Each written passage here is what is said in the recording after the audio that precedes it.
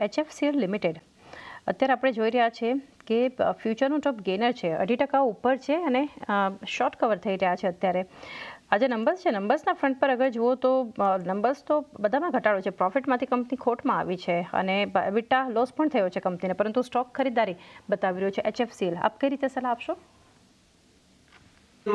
Overall અગર તમે જો તો એક મલ્ટિપલ સપોર્ટ ઝોન છે અરાઉન્ડ 72 લેવલ્સ પર, અને ત્યાં બહુ વાર આ સ્ટોકે સપોર્ટ લીધો છે. એટલે મને લાગે છે કે એ એક બેઝ બની ગયો છે. However in the very short term થોડુંક સાઇડવેઝ મુવમેન્ટ જોવા મળશે બિટવીન 78 અને ઉપરમાં 90 અને 92 લેવલ્સની આસપાસ. 92 ની ઉપર એકવાર આ ક્લોઝિંગ આપે તો મને લાગે છે ઉપરમાં સારી એવી રેલી ઉપર જોવા મળશે, વિચ વિલ બી 99 પહેલો ટાર્ગેટ બને છે અને બીજો ટાર્ગેટ 106 નો બને છે. એટલે આ બે ટાર્ગેટ માટે આપણે લોંગ કરી શકીએ, પણ આપણે વેટ કરવું જોઈએ કે 92 93 ની ઉપર એકવાર ક્લોઝિંગ આપે પછી જ આની અંદર એક બાઇંગ ઇનિશિએટ કરવું. 92-93 ની ઉપર ક્લોઝિંગ જરૂરી છે, ત્યારબાદ ખરીદારી કરો અને 99, ત્યારબાદ 106ના ટાર્ગેટ HFCL બતાવી શકે છે. રુચિત, પ્રેસ્ટીજ એસ્ટેટ્સ અત્યારે 2.5%ની મજબૂતી આ સ્ટોક પર બનતી જોઈ રહ્યા છે. ડેઝ હાઈ પર છે, અહીંયા પણ શોર્ટ કવરિંગ છે. કઈ રીતે સલાહ આપશો? સ્લો એન્ડ ગ્રેજ્યુઅલ અપમૂવ છે પ્રેસ્ટીજ એસ્ટેટમાં, પણ ફ્રેન્કલી એનો 1500ના લેવલ્સ આગળ જઈને એક નાના હર્ડલ છે જે પ્રીવિયસ સ્વિંગ હાઈ રેઝિસ્ટન્સ છે. અને જ્યાં સુધી વોલ્યુમ બેઝ બાઇંગ આપણને 1500ની ઉપર નથી જોવા મળતું ત્યાં સુધી આઈ થિંક ફ્રેશ બાઇંગની સલાહ નથી. પણ other within the entire real estate space તમે જોશો કે જે લીડરશિપ કે રિલેટિવ આઉટ પરફોર્મન્સ આપણને પાછલા અમુક દિવસોમાં જે રિયલ્ટીમાં અપમૂવ આવી છે એમાં લોડા છે કે DLF જેવા કાઉન્ટર્સ માટે છે. તો રિયલ એસ્ટેટ સ્પેસમાં જો અગર આ સસ્ટેનેબલ તેજી રહે તો લોડા અમને વધારે ગમી રહ્યું છે.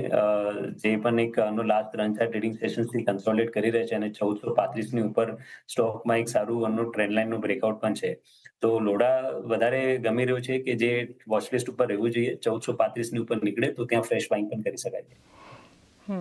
તો એક વ્યૂ 1435ની ઉપર મેક્રોટેક ડેવલપર્સ રિયલ્ટીમાંથી એક ફોકસમાં રાખી શકો છો. સોમિલ, HPCLમાં અત્યારે લોંગ બિલ્ટઅપ થઈ રહ્યા છે, 2%થી વધુ મજબૂતી છે અને 412ના ફ્યુચરમાં અત્યારે આપણે ડેઝ હાઈ પર HPCL જોઈ રહ્યા છે. કઈ રીતે આપ સલાહ આપશો? હિન્દુસ્તાન પેટ્રોલિયમ HPCLમાં એક કન્સોલિડેશન બની રહ્યું છે અને એક ટ્રાયંગલ છે, અને એ ટ્રાયંગલનો જે બ્રેકઆઉટ લેવલ છે એ અરાઉન્ડ 414 નો છે. 20-40 ડેલી મૂવિંગ એવરેજ પર હર વખતે સપોર્ટ લઈને ઉપર જ હાર્ટ ઓફ હાફ બોટમ બનાવે છે. એટલે મને medium term Outlook, short term Outlook બે પોઝિટિવ લાગે છે. ઉપરમાં જે ટાર્ગેટ બને છે, જે પહેલો ટાર્ગેટ બને છે એ અરાઉન્ડ 422 નો બને છે, એની ઉપર 438 નો ટાર્ગેટ બને છે. આપણે જે શોર્ટ ટર્મમાં સ્ટોપ લોસ રાખો એ 397 નો સ્ટ્રિક્ટ સ્ટોપ લોસ રાખો, અને એની નીચે જે સ્ટોપ લોસ છે એ 380 નો છે. આ બહુ જ ક્રુશિયલ સપોર્ટ છે. અગર આ નીચે તૂટે છે તો પછી આપણને થોડું સેલ ઓફ જોવા મળે, પણ અત્યારે જે 397 નો જે સ્ટોપ લોસ છે એનેથી આપણે લોંગ કરવું. 390ના એક સ્ટોપ લોસથી લોંગ કરી શકો છો અહીંયાથી HPCL, અને 438ના બીજા ટાર્ગેટને ધ્યાનમાં રાખીને. ડિલિવરીનું કાઉન્ટર અત્યારે રુચિત જુઓ, જે અત્યારે મજબૂતી વધી છે આ સ્ટોકમાં, અને ડિલિવરી અત્યારે શોર્ટ કવરિંગ છે, 2% ઉપર છે ને અત્યારે 361ના ડેઝ હાઈ બનાવ્યા. આ સપ્તાહ 5-6%ના પોઝિટિવ રિટર્ન્સ પણ છે. કઈ રીતે સર આપશો ડિલિવરી પર? આઈ થિંક રિસેન્ટ અપમૂવમાં વોલ્યુમ્સ તો સ્ટોકમાં સારા થયા છે. સો અહીંયા પોઝિશનલ બેસિસ ઉપર એક સારા અપમૂવ સ્ટોકમાં એક્સપેક્ટ કરી શકાય છે. તો કરંટ લેવલ્સ ઉપર પણ હું કહીશ કે પાર્શિયલ પોઝિશન ખરીદારી કરવી જોઈએ, કેમ કે સ્ટોકમાં ઓલરેડી એક સારું રનઅપ આવ્યું છે. પણ નિયર ફ્યુચરમાં કોઈ પણ ડિપ આવે સ્ટોકમાં 330ની આસપાસ સ્ટોકમાં એક સારું સપોર્ટ બેઝ બન્યું છે. સો કોઈ પણ એવા ડિપ આવે તો ઘટાડે લોઅર લેવલ્સ ઉપર હજી નવી પોઝિશન એડ કરવાની સલાહ રહેશે. તો એક બાઉન્ડ ટિપ્સ પણ તમે કરી શકો છો, એડિક્શન પણ કરી શકો છો. ડિલિવરી માટેનો એક વ્યૂ છે. LTIM માટે સોમિલ વ્યૂ લઈએ. LTIM માઇન્ટ્રીમાં અત્યારે આપણે જોઈ રહ્યા છીએ લોંગ સાઇડ પર બિલ્ટઅપ છે અને 2% આસપાસની ખરીદારી ફ્યુચરમાં છે અને OI એડિશન પણ છે. તો આ સ્ટોક પર વ્યૂ?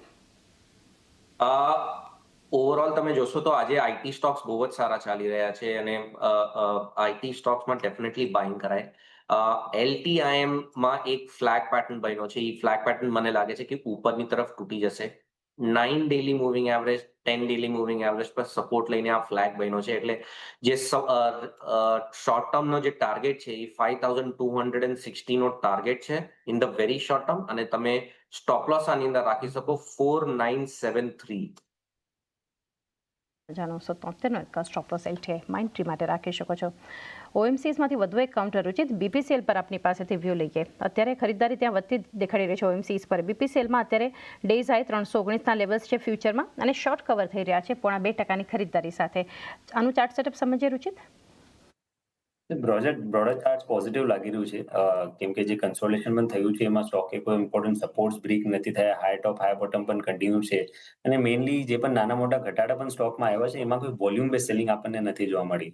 તો કરંટ લેવલ્સ ઉપર ટ્રેડિંગના પર્સપેક્ટિવથી 308નું સપોર્ટ છે, તો 308ના સપોર્ટ જ્યાં સુધી ઇન્ટેક્ટ છે એક અપમૂવ 330 335ની તરફ સ્ટોકમાં એક્સપેક્ટ કરી શકાય છે. તો એક વ્યૂ 330 આસપાસના એક લેવલ્સ પણ એક BPCL માટે ધ્યાનમાં રાખો. વધુ એક કાઉન્ટર માટે એક FMCGમાંથી અત્યારે ડાબરનું કાઉન્ટર જુઓ સોમિલ. શોર્ટ કવર થઈ રહ્યા છે 1.5% ઉપર છે અત્યારે 484 484 ડેઝ હાઈ પર ડાબર ટ્રેડ થઈ રહ્યું છે. કઈ રીતે આપ સલાહ આપશો અહીંયા?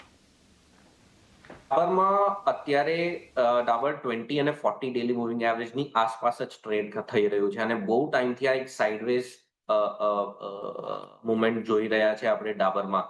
આની એક રેઝિસ્ટન્સ છે 488 નો. આની ઉપર એકવાર જાય એટલે આની અંદર બાઇંગ ડેફિનેટલી બને છે, પણ આની અંદર શોર્ટ ટર્મ ટ્રેડ ના લેવું, આની અંદર મીડિયમ ટર્મ ટ્રેડ લેવું, અને ઉપરમાં જે ટાર્ગેટ્સ બને છે એ 200 ડેલી એક્સપોનેન્શિયલના બને છે, દેટ ઇઝ 520.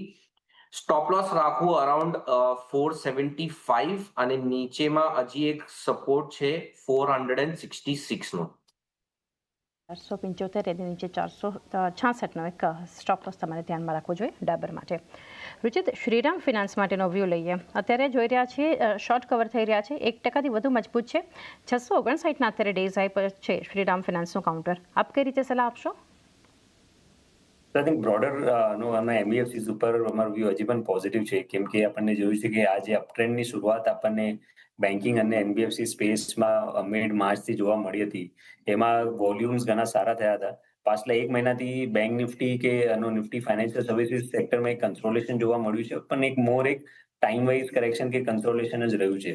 તો ઇવન શ્રીરામ ફાઇનાન્સમાં ઇન્ડિવિજ્યુઅલ સ્ટોકમાં તમે જોશો તો એના જો 200 દિવસના મૂવિંગ એવરેજ છે ઘટાડે સપોર્ટ એક્ટ કરી રહ્યા છે. તો અહીંયાથી અમને લાગે છે કે પોઝિટિવિટી સ્ટોકમાં ફરીથી રિઝ્યુમ થઈ શકે છે, અને પોઝિશનલ બેસિસ ઉપર 720 જેવા ટાર્ગેટ સ્ટોકમાં આવી શકે છે. તો કરંટ લેવલ્સ ઉપર પણ શ્રીરામ ફાઇનાન્સમાં ખરીદારી કરવાની સલાહ રહેશે.